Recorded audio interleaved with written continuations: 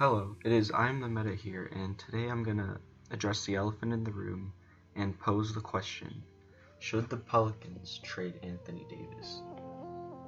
Now, firstly, I know that Anthony Davis has built his career centered around the New Orleans Pelicans. He's given everything to the organization. He's developed from a raw prospect to a very skilled big man and a very valuable one too. He's also developed into a leader. His shots gotten better, his touch around the basket's gotten better, and his overall basketball IQ has improved with when he was playing for the Pelicans in his time here. But recently, we know that his contract is about to expire in 2020, and that poses the question: should the Pelicans trade Anthony Davis, and are they better off if they trade him now rather than wait to the signing day period? And in my opinion, I think that since his value is still high right now, I think that at the end that they should trade him, just because of where they are in the standings right now. It's going to be hard to compete in the Western Conference if you're the Pelicans, especially for the next couple years if you just have the same nucleus around AD. And in today's NBA, teams don't build around the big man anymore like they used to, and today's NBA revolves around the three-point shot. So if you don't have shooters, you're not going to be successful. And my observations of Pelicans games is that they're just trying to score inside all the time, but in reality they should be looking for three-point options and taking more three-point shots. And unfortunately, with the team that they have right now, Julius Randle at power forward, Anthony Davis at center, it's just not working out. And I think Anthony Davis could be utilized as a role player on a good team, and the value that the Pelicans could get out of him could be potentially really good for the future.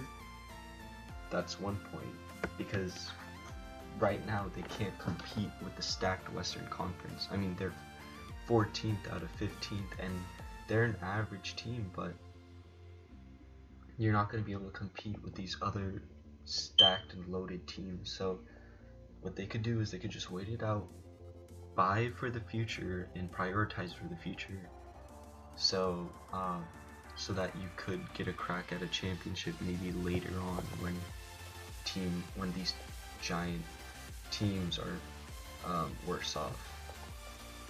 And my second point is that they could get really good three-point shooters out of this trade, and whether it comes in the form of prospects, I don't know, but they really need their style doesn't match their coach, so they really need to find shooters on this team. They don't have shooters on the team. Drew Holiday, he's not confident in his shot. The other day against the Mavericks, when they're just feeding it to the post in AD, Drew Holiday's man would just creep up and try to take the ball from Anthony Davis. And Drew Holiday, when Anthony Davis pitched it back to Drew Holiday, he didn't take the open shot, and he was so hesitant, just like many other players on the team. So a really good option for management is just to trade Anthony Davis while he's at his prime, get good value back when they can, because unlike DeMarcus Cousins, we got nothing from that. The Pelicans gave up, they gave up Buddy Hield and a first-round pick to get DeMarcus Cousins for 1 year. They gave up Buddy Hield and a first-round pick for DeMarcus Cousins, who didn't even play for the whole season, just for 1 year. Now, we can't have that same situation happen with AD. We have to be assertive. We either have to be super confident he's going to resign, or we have to trade him away, because we don't know what his decision will be. We truly don't.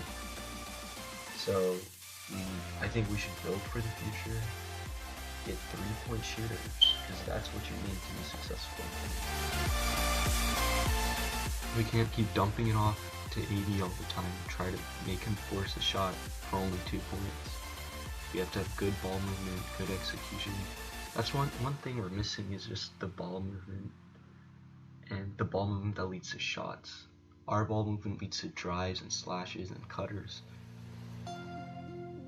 It's just not working. On top of that, our coach Alvin Gentry came from the Warriors system, so his philosophy is play fast and shoot threes. That does not work when you have a big man that or a team that revolves around a big man. It just doesn't work. So, yeah, overall, I think that's the route that the Pelicans should go to.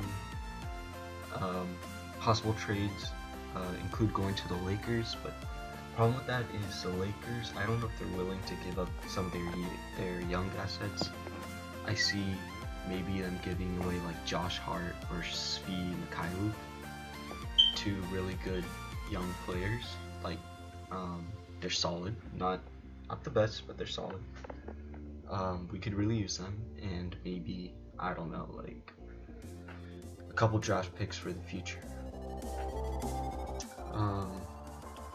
We could probably pull another Boston Celtics,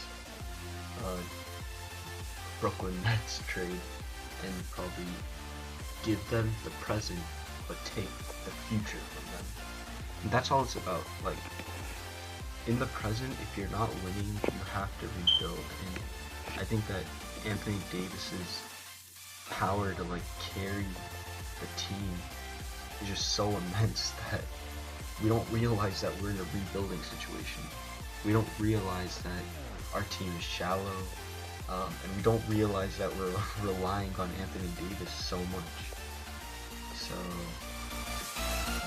that's just my opinion, and I mean, if we decide to keep Anthony Davis, we'll never know. Just like with DeMarcus Cousins. I mean, with superstars, you really don't know what their plan is or what they have in mind. So rather than to take a risk and keep him, I think we should just go ahead, supply for the future, and supply for what the game is built around, and that's a 3-point shot. It's not only the game, it's also our coach.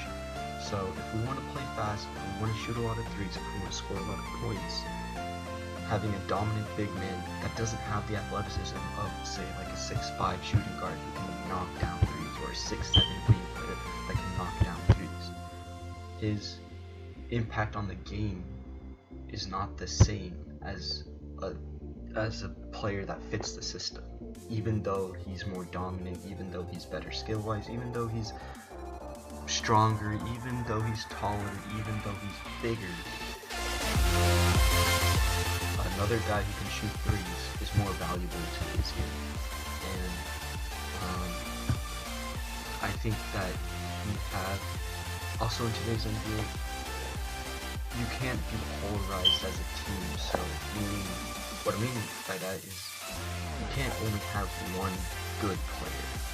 So many teams now, or so many good teams that are good this year, like the Nuggets, like the Kings. These are teams that were previously not in the playoffs. They thrive on teamwork, and they thrive on having really good all-around players, and really good, like a big nucleus, not a polarized nucleus where they have 1 or 2 good players like the Pelicans, where Drew Holiday, Anthony Davis, and Julius Randle are scoring 20 points a game. Where are the other 40 points coming from? You know, so also Nikola Mirotic is out. He's been out, and I think he is a key contributor to this team's success because of his valuable skills as being a 6'9" small forward wing player who can shoot the 3-ball. I mean, that fits the system, that fits the coaching style. So if we get more Nikola Mirotic's, for Anthony Davis, say like 10 Nicole Mirotiches, 5 coming off the bench, 5 starting. That's a solid team that can shoot, ball movement, pass, also rebound because they're not too short.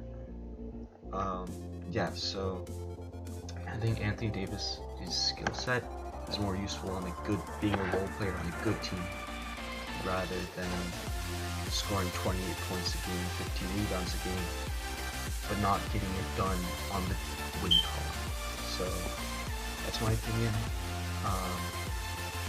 As always, leave a like, comment, and please subscribe.